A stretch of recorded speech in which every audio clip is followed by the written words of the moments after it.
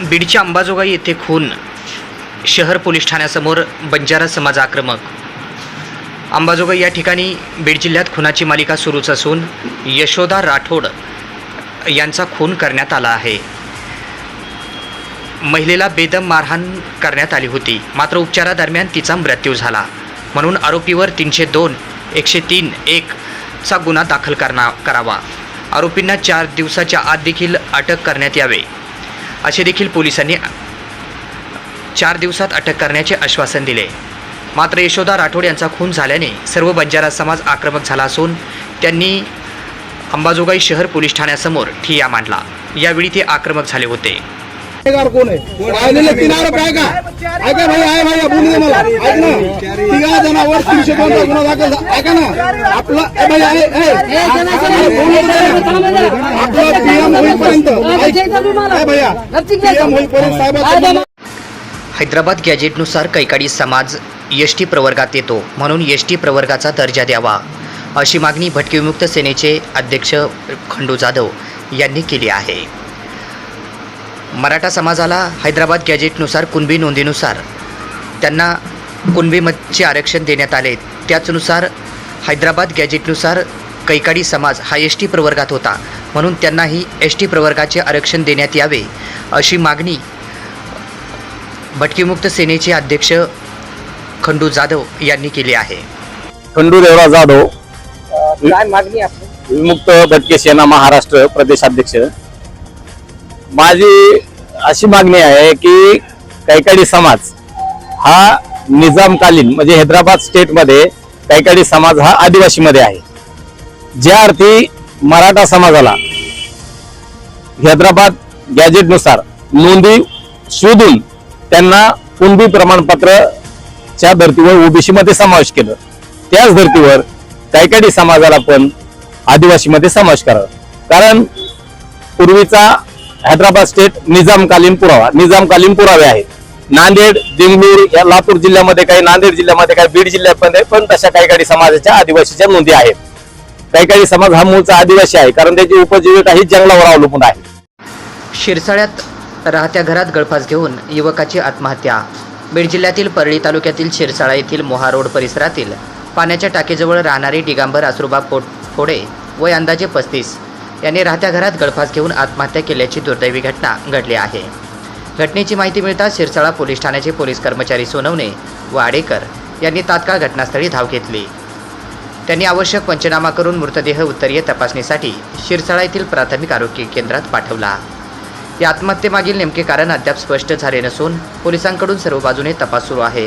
तपासानंतरच आत्महत्येचे कारण स्पष्ट होणार असल्याचे सांगण्यात आले। खापरवाडी तांड्यावर 4.5 लाखाची घरफोडी। वडवणी पोलीस ठाण्यात अज्ञात चोरट्याविरोधात गुन्हा दाखल। घराच्या खोलीची कडी-कोंडा तोडून घरामध्ये प्रवेश करून कपाटात ठेवलेले नगदी 4.5 लाख रुपये व सोन्याचे जुने वापरातील 12 ग्रॅम कानातील झुंबर, वेल असे 15,000 रुपये किमतीचे अज्ञात चोरट्यांनी चोरून नेले। खापरवाडी तांडा येथे घरफोडीची घटना घडली असून या प्रकरणी अज्ञात चोरट्याच्या विरोधात वडवणी पोलीस ठाण्यात गुन्हा दाखल करण्यात आला आहे।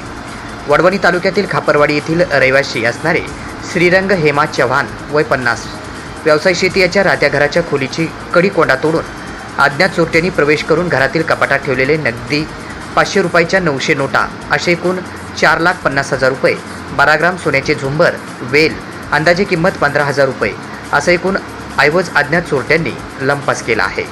या प्रकरणी वडवणी पोलीस ठाण्यात अज्ञात चोरट्याविरोधात गुन्हा दाखल करण्यात आला असून याचा पुढील तपास वडवणी पोलीस करत आहेत।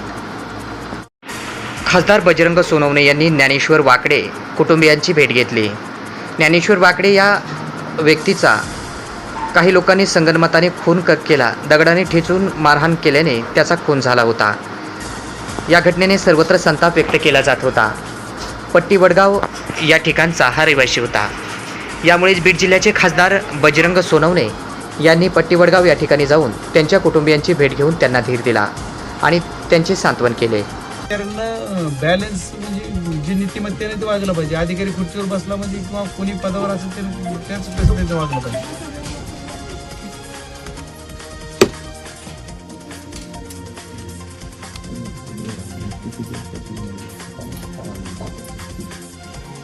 ठीक आहे, आता थोडंसं रोडचा प्रॉब्लेम, मी आत्ताच बघाशी बोललो होतो तो सायबरवाला जो आहे ना त्याला, तर तो बोलला की श्री क्षेत्र नारायणगडाचा पायदिंडी सोहळा पंढरपूरच्या दिशेने रवाना झाला. आषाढी वारीच्या पार्श्वभूमीवर श्री क्षेत्र नारायणगड येथून पायदिंडी सोहळा विठुरायाच्या दर्शनासाठी पंढरपूरच्या दिशेने भक्तिमय वातावरणात रवाना झाला. यावेळी ज्ञानोबा तुकाराम आणि विठ्ठल विठ्ठल जय हरी विठ्ठलच्या गजराने परिसर दुमदुमून गेला. या पवित्र दिंडी सोहळ्यात श्री क्षेत्र नारायणगडाचे महंत शिवाजी महाराजांच्या उपस्थितीत हजारो वारकरी मोठ्या संख्येने सहभागी झाले. टाळ मृदुंगाच्या निनादात, अभंग भजनाच्या सुरावटीत आणि विठ्ठल नामाच्या गजरात वारकरी पंढरपूरच्या दिशेने मार्गस्थ झाले. दिंडी प्रस्थानापूर्वी महंत शिवाजी महाराज यांनी वारकऱ्यांना आशीर्वाद देत संत परंपरेचे महत्त्व आणि वारीची परंपरा जपण्याचे आवाहन केले. यावेळी भाविकांनी विठ्ठल रुक्मिणीच्या जयघोषात भक्तिमय वातावरण अनुभवले. बीडच्या मांजरसुंबा घाटामध्ये ट्रकचा भीषण अपघात झाला असून यामध्ये ट्रकचे मोठ्या प्रमाणात नुकसान झाले आहे. सुदैवाने कोणतीही जीवितहानी झाली नाही. धुळे सोलापूर राष्ट्रीय महामार्गावर बीडजवळ असणाऱ्या मांजरसुंबा घाटामध्ये अपघाताची मालिका सुरूच आहे. दररोज कुठे ना कुठेतरी या परिसरामध्ये अपघाताच्या घटना घडतात. अशीच घटना भरधाव वेगात जात असणारा कंटेनर ट्रक हा तांत्रिक बिघाडामुळे डोंगराला जाऊन धडकला. यामध्ये वाहतूक काही काळ ठप्प झाली होती. यावेळी घटनास्थळी मोठ्या संख्येने नागरिकांनी गर्दी केली होती. हा अपघात एवढा भीषण होता की ट्रकच्या समोरील भागाचे मोठे नुकसान झाले आहे. काही नागरिक देखील किरकोळ जखमी झाल्याचे देखील सांगण्यात आले आहे. हा अपघात एवढा भीषण होता की तात्काळ घटनास्थळी पोलीस देखील दाखल झाले.